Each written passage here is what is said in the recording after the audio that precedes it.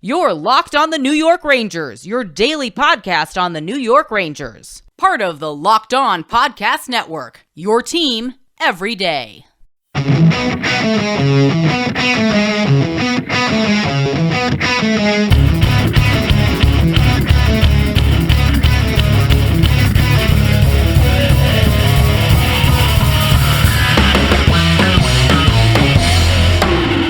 Welcome back, Blue Shirts fans, to episode number 636 of the Locked On New York Rangers podcast. I'm your host, John Chick.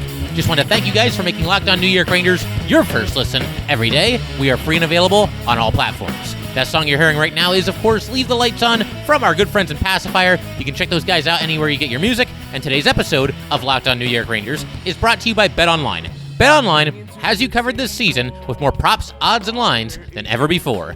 BetOnline, where the game starts. And so for today, I figure free agency right around the corner, going to be starting on Wednesday at noon Eastern time. And so naturally, free agency is going to be the focus of the week as far as what we're going to be talking about on this podcast.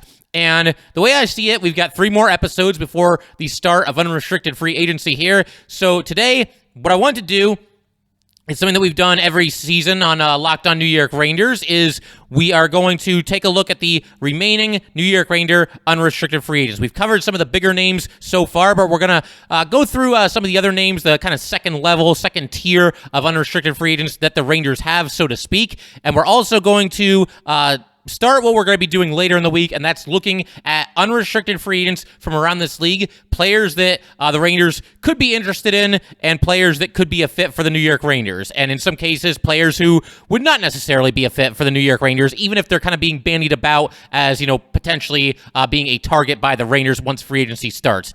And we're going to start with an episode, or a player rather, in today's episode, that has been getting a little bit of buzz. I think it's more fan-created than anything else.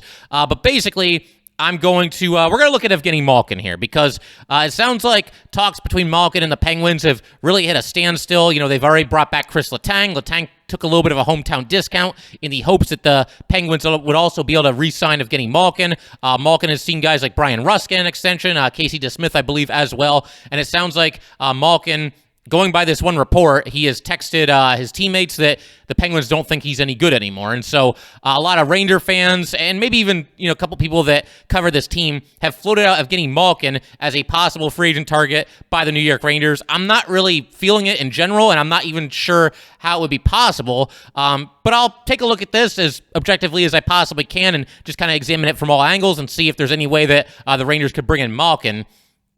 And with Malkin, I figure it's pretty easy to connect the dots here, because, the Rangers right now, they need a center, right? We're at a spot where obviously Mika's going to center the top line, and then you're looking at probably Philip Hedl centering the second line as things stand right now. But I think a lot of Rangers fans, and myself included, are looking for this team to bring in a center. Now, whether that's a second line center or a third line center or somebody who's kind of in between, that remains to be seen. But obviously, a lot of Ranger fans looking at Evgeni Malkin as somebody that can obviously fill a need for this Ranger team.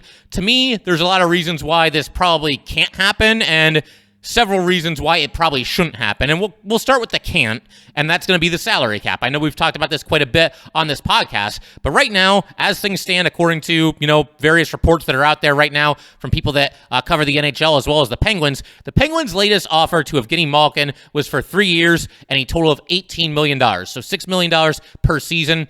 That seems too high for the Rangers. Once again, given their current salary cap situation, they would have to get very, very creative to even entertain the possibility of doing this. I think you're looking at a situation where Nemeth would have to be gone. You'd have to trade him away along with a draft pick in order to get some team to take him off of your hands. So that frees up some money. And I would think somebody probably like Philip Hedl would have to be traded as well. And even then, it's looking at a pretty tight squeeze. Malkin, for frame of reference here, coming off of an 8-year deal that paid him $9.5 million per season. His next deal won't be quite that high in terms of both years and, dollars per season, but he's going to get a good chunk of change for sure. He's at a spot here where he's still talking to the Penguins, and obviously once free agency starts, he can sign with anybody, and it's possible that, somebody's going to give him a pretty good deal. I got to believe first and foremost that Malkin's preference is to stay with the Penguins. I think it's a situation where if the Penguins match the best offer that he receives in unrestricted free agency, that he will probably stay in Pittsburgh. So for starters, Malkin just turned down a 3-year deal at $6 million per season from the Penguins. The Rangers would have to beat that.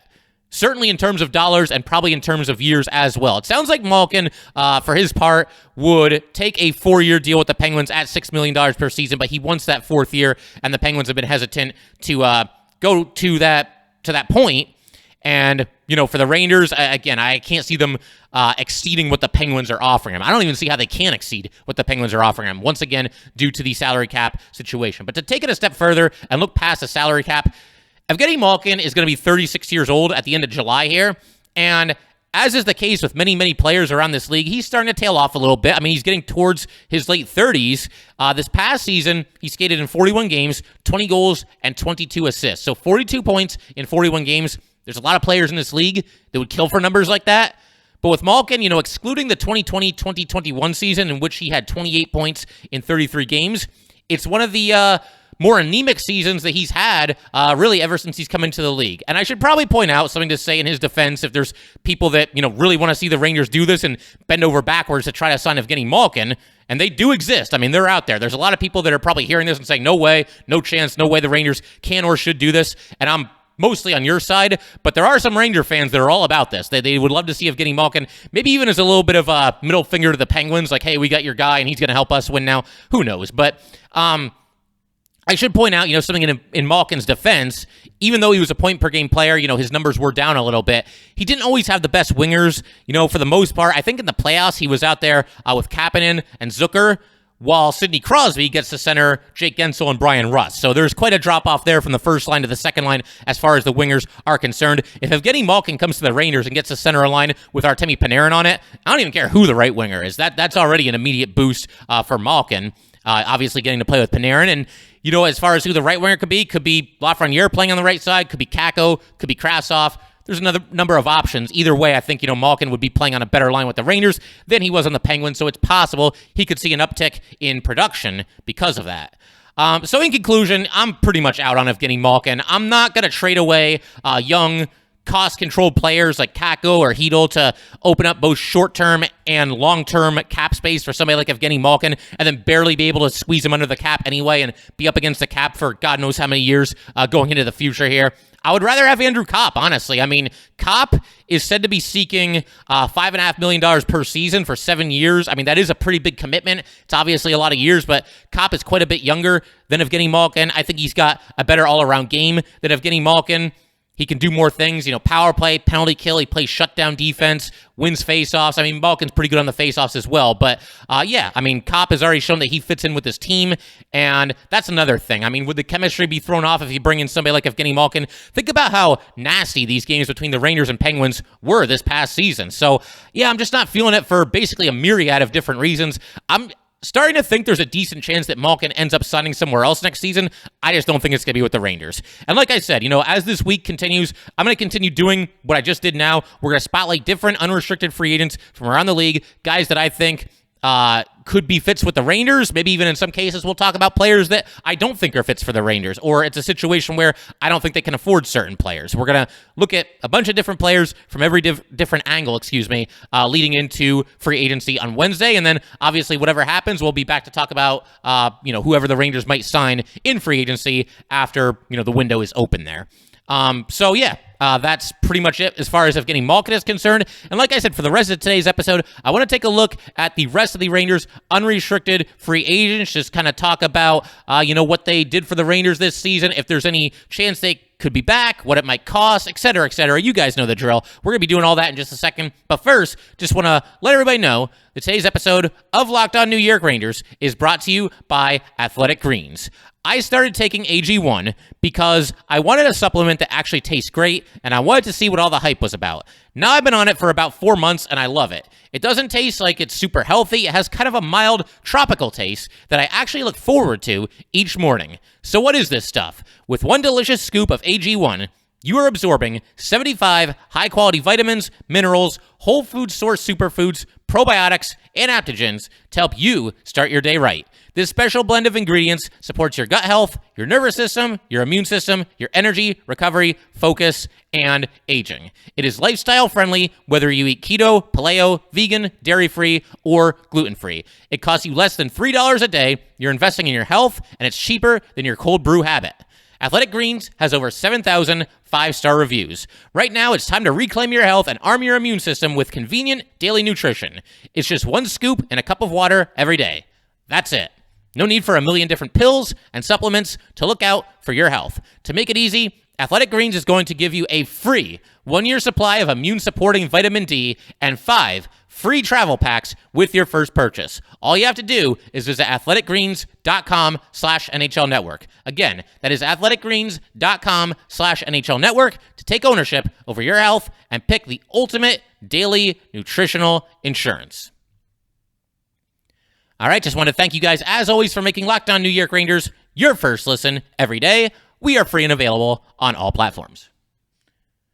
All right, so like I said, it's free agent week here on Locked On New York Rangers, and we're going to spend pretty much the rest of today's episode talking about the rest of the unrestricted free agents that the Rangers have who we have not covered in a previous episode. And just to give you guys the quick rundown here, in case anybody wants to hear my thought on some Ranger unrestricted free agents that we've already discussed on here, the first one we talked about was Ryan Strome. That would be episode 623. We moved on to Andrew Kopp in episode 626, Frank Vetrano in episode 628, and Tyler Mott in episode 633. Those episodes mainly focus on all of those players that I just mentioned. I mean, a couple of the episodes, we get into one or two other things real quick, but for the most part, those are spotlight episodes where we focus in on those free agents. So definitely check those out if you want to hear my thoughts on those players. But today, like I said, we're kind of moving on to that second tier of unrestricted free agents, and we're going to discuss, what they did with the Rangers and if there's any chance or any reason why they should be back next season. And we'll begin with Justin Braun, 35 years old, primarily a right defenseman, although he showed that he can play left defenseman with pretty much no issues whatsoever. He did that for the Rangers to accommodate Braden Schneider. When he was first acquired, they took Schneider out of the lineup, and it was Nemeth on the left side, Braun on the right side. But in due time, they realized that they had to go with Braun and Schneider. You move the veteran to the left side rather than the 20-year-old rookie, and Braun did just fine on the left side. Didn't really miss a beat as far as, having his play tail off from the right side to the left side. I really don't think that happened. But Braun, like I said, 35 years old, brought in as, a true rental, or certainly somebody that seemed like a true rental, and he has just wrapped up a 2-year, $3.6 million deal, so an average annual value of $1.8 million.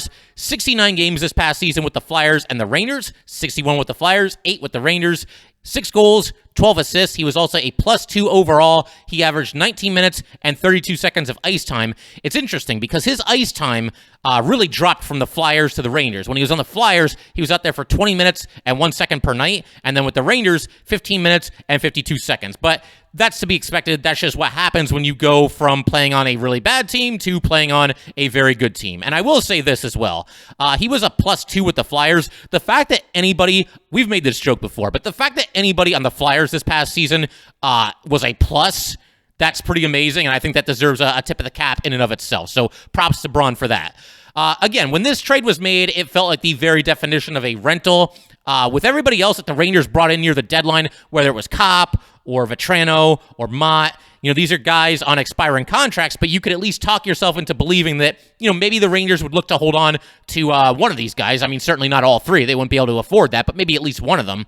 With Braun, again, quintessential example of a just total rental. I think overall he did a decent job with the Rangers, and one of the biggest contributions that he made to this team, and I hinted at it a second ago, but his presence allowed the Rangers to take Patrick Nemeth off the ice and make him a healthy scratch. There were times this past season where I thought Ranger fans were a little bit too tough on Nemeth, a little bit too critical of him, but by the time it got to the playoffs, and it was just one thing after another with Nemeth this entire season, gets to the playoffs, and he just was an absolute disaster out there against the Penguins. I mean, he just couldn't keep up with the speed of play and was taking bad penalties left and right. So I was done with Nemeth at that point. They put Braun into the lineup and basically never looked back, and Patrick Nemeth was a healthy scratch. Braun basically did the job that Nemeth was brought in here to do. Braun was out there, and he was basically just, a steady pair of hands, no real flash to his game, no real offensive upside. You certainly don't expect him to chip in from an offensive perspective, that's for sure. But, he's a third-pair defenseman. You just want steady play. Doesn't have to be flashy or eye-catching. Just give me somebody who looks like he knows what he's doing out there. Give me somebody who is in good position more often than not, especially from a veteran. You expect somebody who's a veteran, who's played in 100-plus Stanley Cup playoff games to be out there and be in good position, especially when the puck is in the Ranger zone. Give me somebody who's capable of clearing the puck out of the Ranger zone. Give me someone who doesn't leave the front of the net completely wide open. Give me somebody who doesn't take stupid penalties. I think Braun fit the description of everything that I just said. But with all that out of the way, I don't really see any way that Braun is back with the Rangers. The only way that I could see it as just a very remote possibility, and even this might be a little bit of a reach, but I guess never say never when it comes to any move that the Rangers could make, or really any move that anybody could make. The only conceivable way that Braun is back with this team next season and re-signs with them, first of all, I think Nemeth would be gone. You would either trade him or buy him out, so he'd be off the team, so that'd be one less defenseman. And maybe there's a situation where, before free agency starts here in the next couple of days, the Rangers strike some kind of a trade with somebody that involves the Rangers dealing either Zach Jones or Nils Lundqvist, somebody like that. So now, at that point, if you trade either Jones or Lundqvist and you're free of Patrick Nemeth, then you're down 2 defensemen. And maybe at that point you figure, if you're the Rangers, well, it's a veteran defenseman. He did okay for us last year. Maybe we could bring him back on a 1-year deal, just kind of a stopgap option until we're ready to throw one of the young Ranger defensemen into the fire and let them play in the NHL. Even then, though, I think I'd rather just go with one of the young defensemen. Throw Zach Jones or Nils Lundqvist out there, whichever one of them would still be left after this hypothetical trade that I just invented. Or, maybe a Matthew Robertson, you throw him out there. If Braun is there, he's blocking the path of those guys to get into the NHL. But I will say this, one more thing that at least leaves the door cracked for a reunion.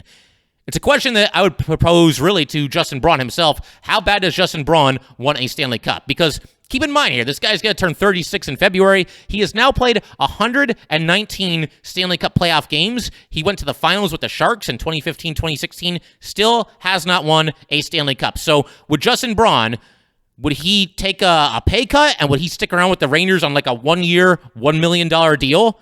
And would he do so with the understanding that he might be in a 7th defenseman kind of role, and that, eventually the Rangers might look to go with one of these kids over him? Would he consider that? I think it's at least possible, but again, I still think the odds are very much against Justin Braun coming back with the New York Rangers. He did fine when he was here, but again, just felt like the prototypical perfect example of a guy that is just strictly a rental and will probably be on his way in free agency. But wanted at least to toss out the idea that, maybe it's at least possible that he could come back.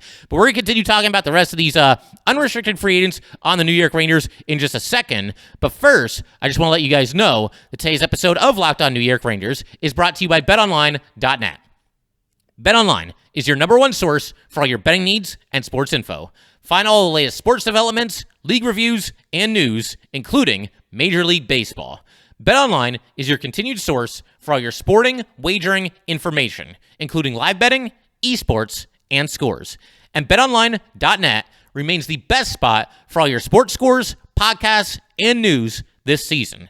BetOnline.net is the fastest and easiest way to check in on all your favorite sports and events, including MMA, boxing, and golf. Head to the website today or use your mobile device to learn more about the trends and action. BetOnline, where the game starts. All right, we'll keep going here with our list of unrestricted New York Ranger free agents here, and we will also have a couple of other things I want to talk about real quick at the end of today's episode, but we'll continue talking about the UFAs, and we'll turn our attention to Kevin Rooney, now 29 years old. He mostly plays center, can play left wing and right wing as well. Rooney has been with the Rangers for both of the last 2 seasons. He signed a 2-year deal worth a total of just $1.5 million, so he's been making the league minimum for the last 2 years, $750K per year. I think Rooney is probably due for at least a little bit of a raise. Obviously, this is not a player that is going to break the bank or somebody that's going to command a ton of attention on free agent day, if he becomes an unrestricted free agent, which kind of seems likely at this point. But, he could probably get to about $1 million per season. I think he's played well enough that somebody will give him $1 million per year, maybe like a 2-year deal at $1 million per. Maybe I'm overrating him a little bit, but I think he's does a lot of the grunt work for the Rangers, and obviously a good penalty killer as well. As far as his numbers with the Rangers, going to go ahead and combine each of the last 2 seasons here. He has skated in 115 games with the team, scored 14 goals, dished out 12 assists. He is a -1 in that time as well, which really isn't too bad for a fourth-line player, just a -1 in 2 seasons. He has also racked up 194 hits and blocked 82 shots. This past season, he averaged 13 minutes and 51 seconds of ice time per night. That was a new career high for Kevin Rooney. The season prior, he was at 12 minutes and 21 seconds per night. And he's also been at 45% success rate on the faceoff circle for each of the past 2 seasons. So not really a strength of Kevin Rooney winning faceoffs. It's interesting with Rooney because he was brought in by Jeff Gorton 2 years ago. Basically, I mean, I suppose there was probably at least something that the Rangers liked about him, but for the most part, the Rangers, they made a couple of really small signings when they were bringing in players to basically just be expansion draft fodder, guys that they would probably leave unprotected when the expansion draft rolled around and, be able to fill their quota, guys that qualify as being eligible for the expansion draft, and then that way the Rangers don't have to expose players that obviously they don't want to expose. And they bring in Rooney, at least in part for that purpose, to fill out the expansion draft quota. And then, a year later, the expansion draft is upon us, and Chris Drury's the general manager, and Drury actually decides to protect Kevin Rooney from the expansion draft. Now, the Rangers were actually in a good spot as it pertained to the expansion draft because first and second year players are not eligible. Rangers had about 1 million of them. And on top of that, a lot of guys had no move clauses. It basically came down to Rooney, Gauthier, or who was the third player that could be? Oh, Colin Blackwell, because he was the one that actually ended up being taken by the Kraken. But the Rangers were only going to be able to protect one of those players, and Drury chose to protect Kevin Rooney. Obviously, Drury, he values centers, and obviously saw something that he liked about Kevin Rooney. And it was interesting because Rooney, he's not very active on social media, but he did go on Twitter and post like a picture after he was protected of just like the skyline of New York City. So that was pretty cool. Obviously, it seemed like he was really happy that he was going to be back with the Rangers and that the Rangers thought highly enough of him to protect him from that expansion draft. But with Rooney, I mean, you guys have watched him over the past 2 seasons. Not a flashy player. There's almost zero upside. What you see is pretty much what you get when it comes to someone like Kevin Rooney. He's going to go out there, play tough along the boards, be a strong penalty killer, and hopefully, just give you some stability on the fourth line. Every once in a blue moon, we've seen Rooney move up to the third line, but for the most part, he's been a fourth liner with the Rangers. He is a very good penalty killer. He's very aggressive on the PK, but he's aggressive without, jumping out of his skates, trying to make a play and taking himself out of position. He always seems to have his stick in the exact right place, taking away passing lanes. And as we mentioned, very, very good along the boards, which becomes even more important when you're down a man. You're in a board battle while you're shorthanded. If you win that board battle, you get a chance to clear the puck and, probably even go off for a line change. If you lose that board battle, then the team that's on the power play is pretty much right back in business and you're back on your heels again. So Rooney, I mean, he does bring some good things to the table, especially when you consider that he's been making the league minimum for the past couple of seasons here. He does do some good things for the Rangers. He does struggle on the faceoff circle, and the Rangers in general have struggled in faceoffs. So if Rooney walks in unrestricted free agency, then I wouldn't mind seeing the Rangers add somebody who has maybe a similar skill set for Kevin Rooney, because you're not going to be able to break the bank with a fourth liner that you bring in this offseason. The Rangers just don't have the money for it. So find me somebody with a similar skill set. You don't have to break the bank, but is good at faceoffs. We need a little bit more success on the faceoff circle going forward. I would like to see somebody who, just kind of is brought in as a little bit of a faceoff specialist going forward here. And we'll see what happens. It's possible the Rangers signed Gustav Riedel from the SHL, and they might be looking at him as a potential Kevin Rooney replacement. Riedel himself is making very close to the league minimum.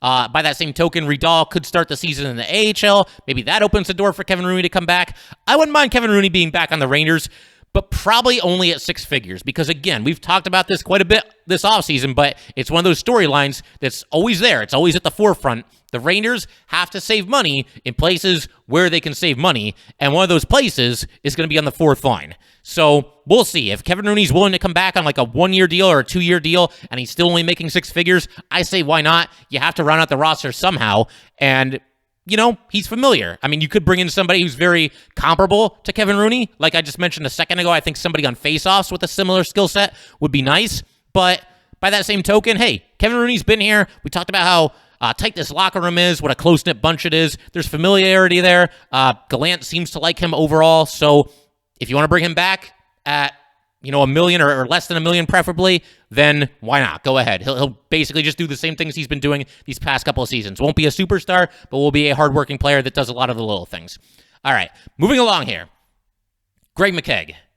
I just heard everybody groan, but we're going to give him a fair trial just like we're doing with all of the unrestricted free agents on the New York Rangers. So McKegg, 30 years old, mostly plays center, plays a little bit of left wing as well, finishing up a 1-year, $750K salary with the New York Rangers. So like Rooney, McKegg playing at the league minimum. McKegg ended up appearing in 43 games with the Rangers this past season. 2 goals, 3 assists. He was a -11, averaged 10 minutes and 52 seconds of ice time per night, which was actually a new career high for Greg McKegg. Also had 50 hits, 22 block shots, 45% success rate on the faceoff circle. I will say this as it pertains to McKegg.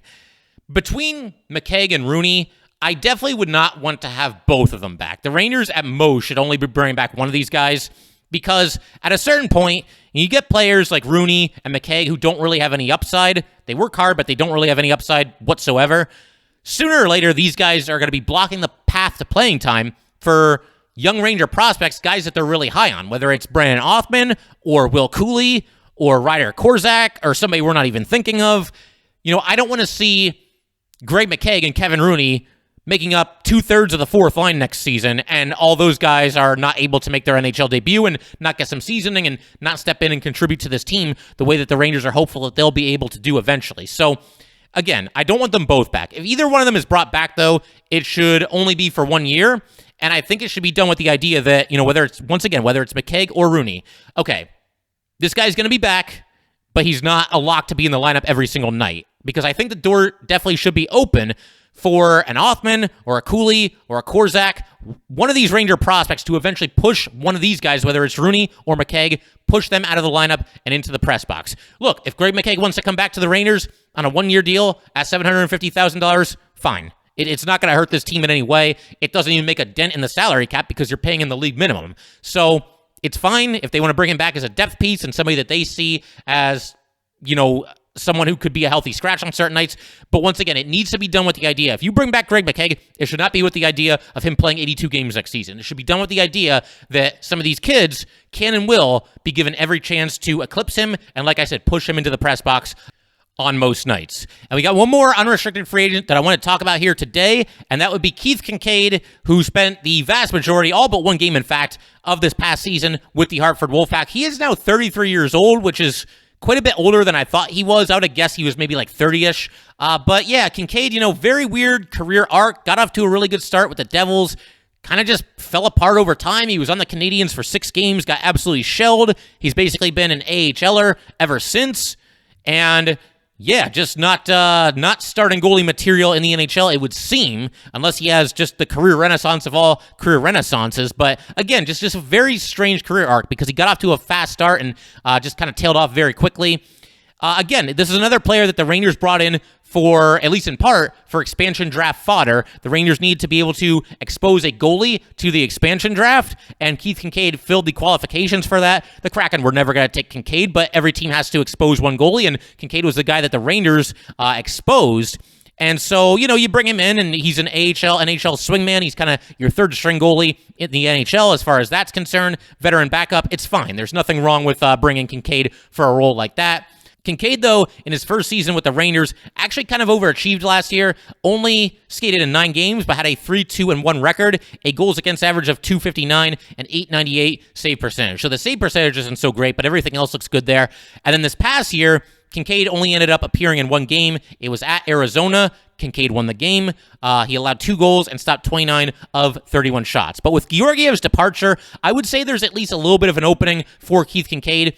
You got to think this guy is tired of playing in the AHL as he approaches his mid-30s here, and I'm sure the priority for him this offseason is to get back onto an NHL roster with a good chance of sticking there, at least as a backup. I don't think anybody's going to see him as like a franchise goalie at this point, but at least as like the veteran backup. I think he would want a role like that. The Rangers might be able to provide him with that. If he re-signs with the Rangers, I think he'd probably be in line to be on the opening night roster, obviously behind Igor Shesterkin. And as a veteran making around the league minimum, I think it's fine. The one thing that does give you some concern is that he did not play very well in the AHL this past season. He had a solid record. He went 20-14-2, but he had a .294 goals against average and just a .904 save percentage with one shutout. And that's in the AHL. Keep that in mind as well. So that's a little shaky. And, we'll see if the Rangers look to bring him back because, he's coming off of a season, or this 2-year contract, rather. It paid him $825,000 per season, so maybe 1 year and another $825K gets it done, and that's a spot where the Rangers could really save a lot of money at backup goalie.